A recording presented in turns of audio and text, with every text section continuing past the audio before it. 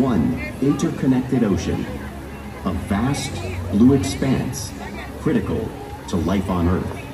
And there's no better animal to represent the story of the ocean with all its splendor and uncertainty than the killer whale, or as it's scientifically known, the orca. The orca lives in every corner of the ocean, from the Arctic to the Atlantic, the Southern to the Indian, to the mighty Pacific and beyond.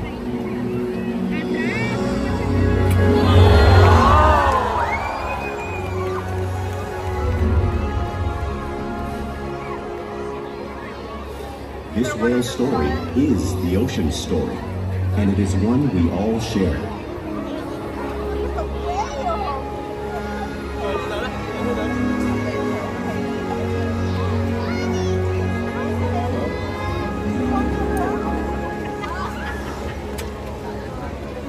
Welcome to Seaworld's Orca Encounter. My name is Sierra, and I'm so honored to introduce you to these intriguing and majestic animals.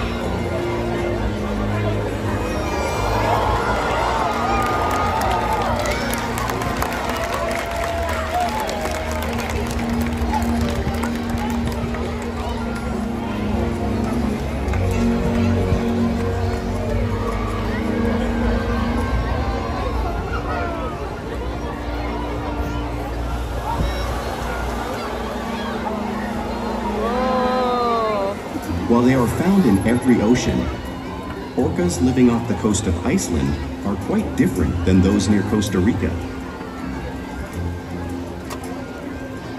In fact, there are at least 10 types, or ecotypes, of killer whales. An ecotype describes the differences between killer whales' size, physical form, prey, social structure, and habitat. As you can see, the differences are subtle, but noticeable when compared side by side.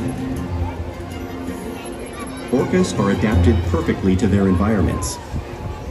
And even the whale's black and white coloration has a purpose. It camouflages the outline of their bodies in the water, making it easier for them to surprise and catch their prey.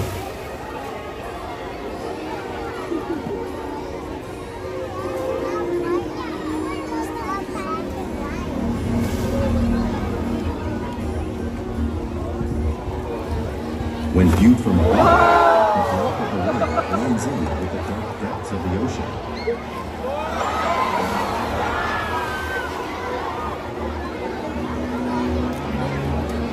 When viewed from below, the orca's white bellies match the brighter surface of the water, blending with the light above, giving them the perfect camouflage.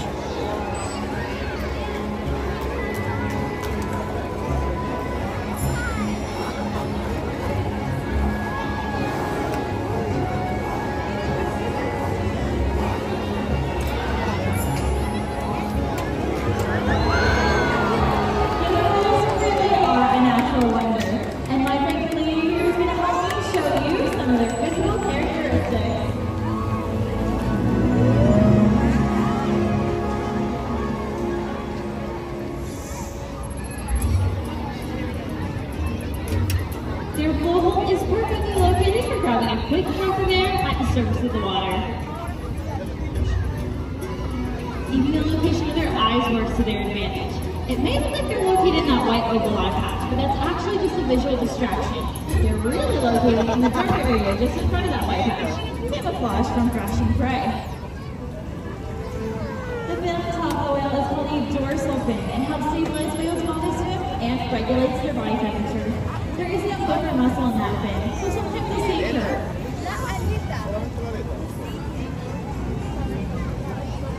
The flippers on either side of the whale are called pectoral flippers, and these help with steering and stopping. If you were to take an x-ray of those pectoral flippers, you'd see 5 bony digits, just like in our hands.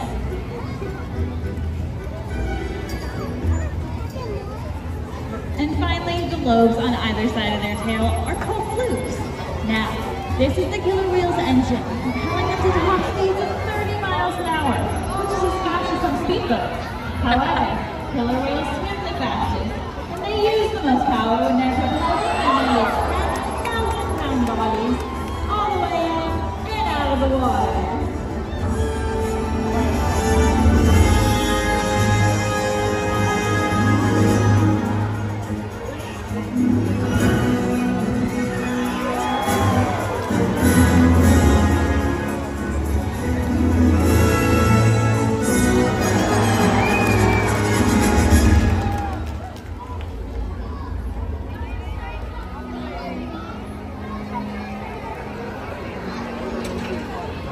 Killer whales are highly social animals with a well-defined social structure. An orca pod is always led by a female. Though just half the size of her male counterpart, she is in charge. It's all about attitude, not size. Because they live and work as a group, orcas need to communicate with sounds and body language. Orcas use clicks for echolocation or navigation.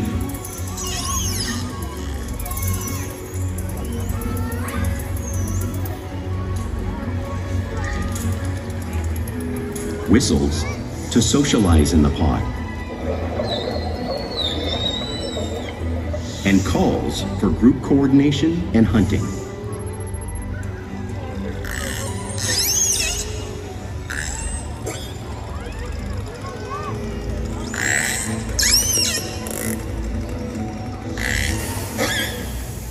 Vocal development studies here at Seaworld show that early on, calves learn vocalization from their mothers. But as they grow, they learn from others close to them as well. This is a bottlenose dolphin call that Shuka learned and even taught other killer whales here at Seaworld. In fact, orcas are the largest members of the dolphin family.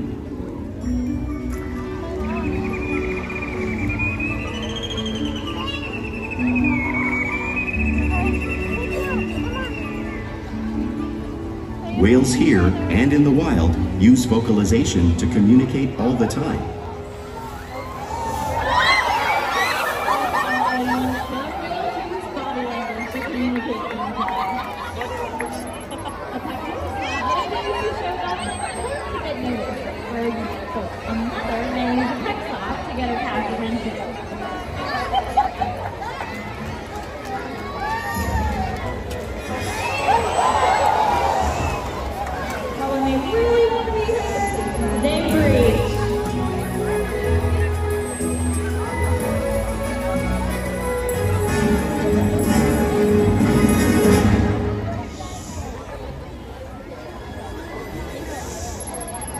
Spy hopping is how killer whales coordinate with one another and get a better sense of their surroundings while they hunt.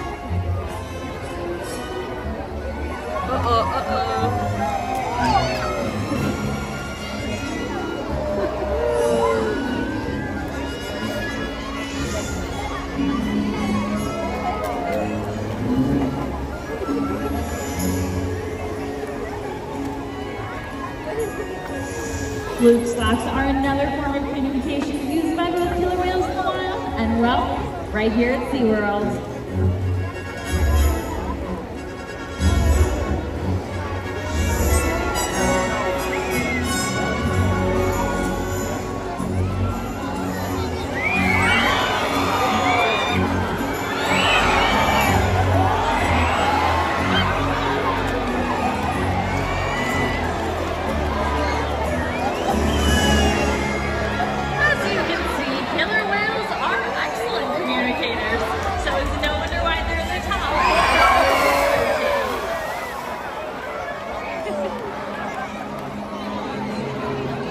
Killer whales group together to rear their young, protect their pod, and most importantly, pursue and catch their prey.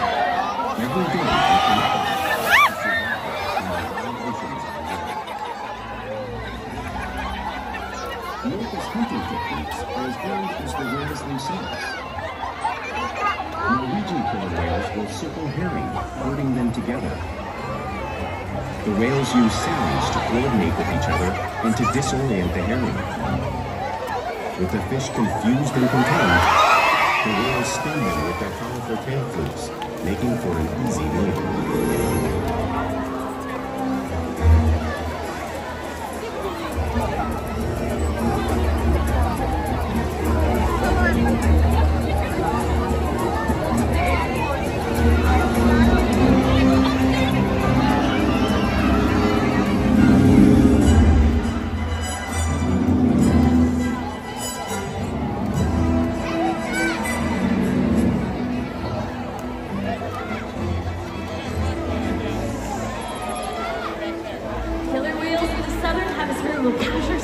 By pulling them right off the beach.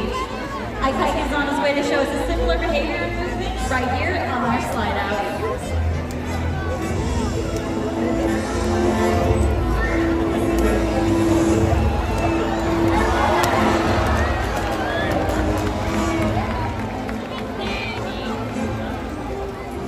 These Arctic orcas will actually make their own waves to knock unsuspecting seals right off the floating ice. Corky's showing us a similar wave feeding technique, demonstrating another complex and impressive hunting ability that killer whales have developed all around the world. Wow, super good.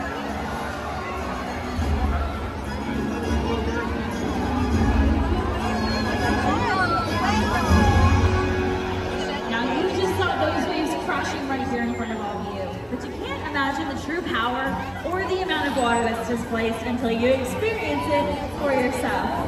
Luckily, I have two new friends here who have volunteered to help me show you the power of this. Let's give them a big Seaworld and welcome, everybody! Alrighty, friends, so you guys are going to take seats right there on that crew box. Perfect. Okay, so today, you guys are going to be my seals, and this is your iceberg, and there's a little handle right there that you might want to grip onto so you don't get washed away. Now, I just have one question for you. Are you ready to get wet? Yeah? Do we think they're ready to get wet, everybody? I think they are!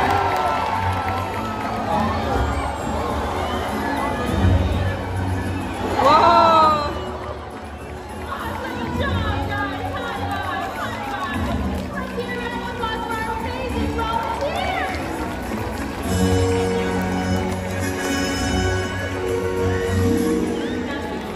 Oceans all around the world. It's no wonder that types of threats, including other whales.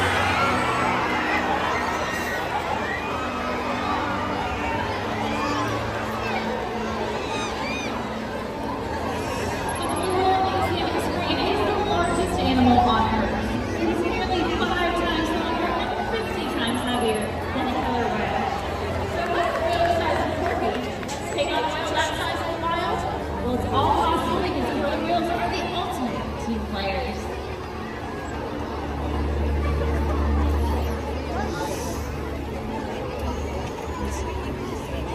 In this example, we see the larger male orcas surround a sperm whale, forming a perimeter, while the females continue to drive the whale forward until it reaches exhaustion. The calves then move in to join the adults in the group.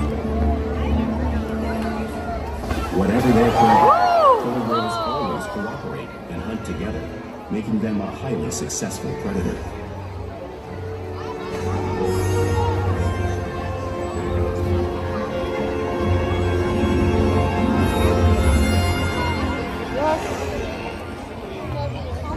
We're almost done, okay? Play is an important part of everyday life for killer whales. It's how young whales learn how to hunt and continue to practice their skills as they grow.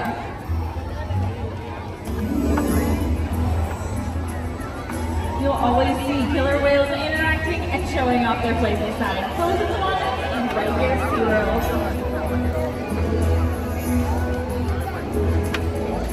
Porpoising is when a killer whale swims really fast to the surface of the water, breaking out just briefly.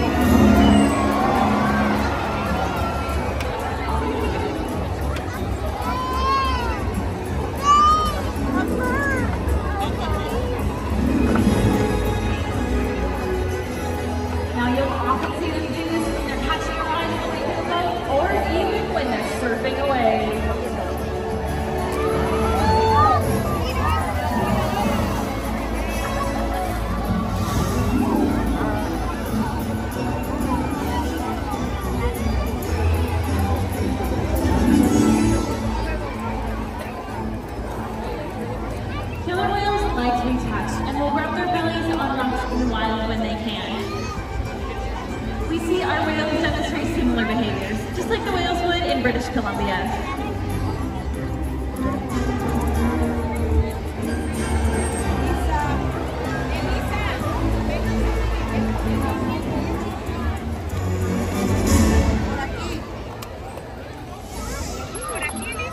You'll often see killer whales in the wild imitate one another.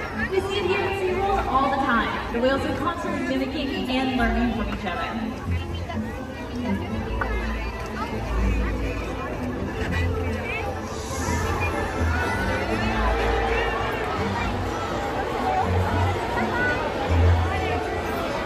Oh my goodness, look at that!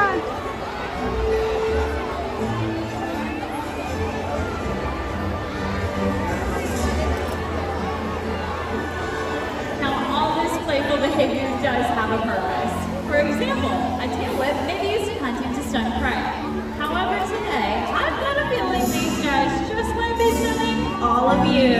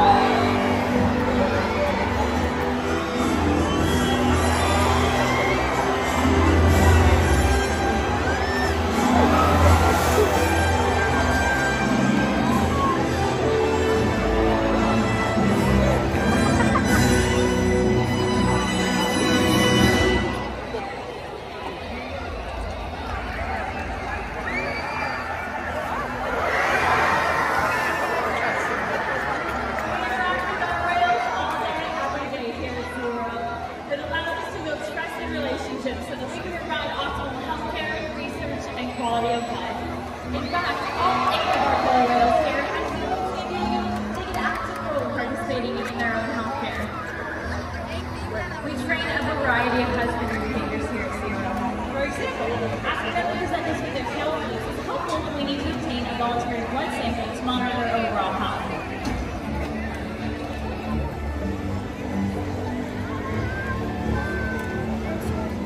Our whales will even slide up onto a scale so we can monitor their weight, just like you see Orca doing in the video on the screen.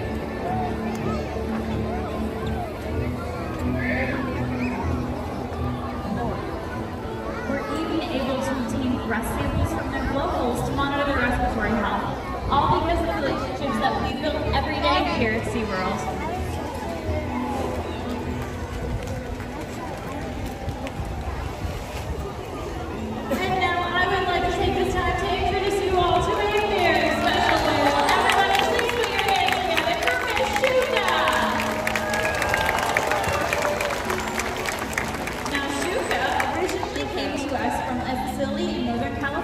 She lived with a pod of bottlenose dolphins. So that was her vocalization that you heard earlier in the presentation. She was even able to teach that vocalization to some of our younger whales here at Seaworld. We challenge our whales like Shuka every day to learn new things, to engage and stimulate their minds. Diet, exercise, and of course play, all keep these whales in great shape. The whales here at Seaworld have helped killer whales in the wild by participating in many research studies. One ongoing study monitors the whale's heart rate and breathing to understand how marine noise pollution from ship engines and other sources affect wild populations. In another study, scientists from NOAA, the National Oceanic and Atmospheric Administration, took measurements of the killer whales living here, including pregnant whales. By comparing these measurements with drone footage of killer whales in the wild, scientists are able to monitor the wild population's nutritional and reproductive states. Other research has been done here at Seaworld on the mother whale's milk composition. This research will help create an effective model to understand how toxins in the ocean impact wild killer whales and their milk supply. What we learn from the whales in our care every day is actively helping whales in the wild survive. And just by being here today, you've supported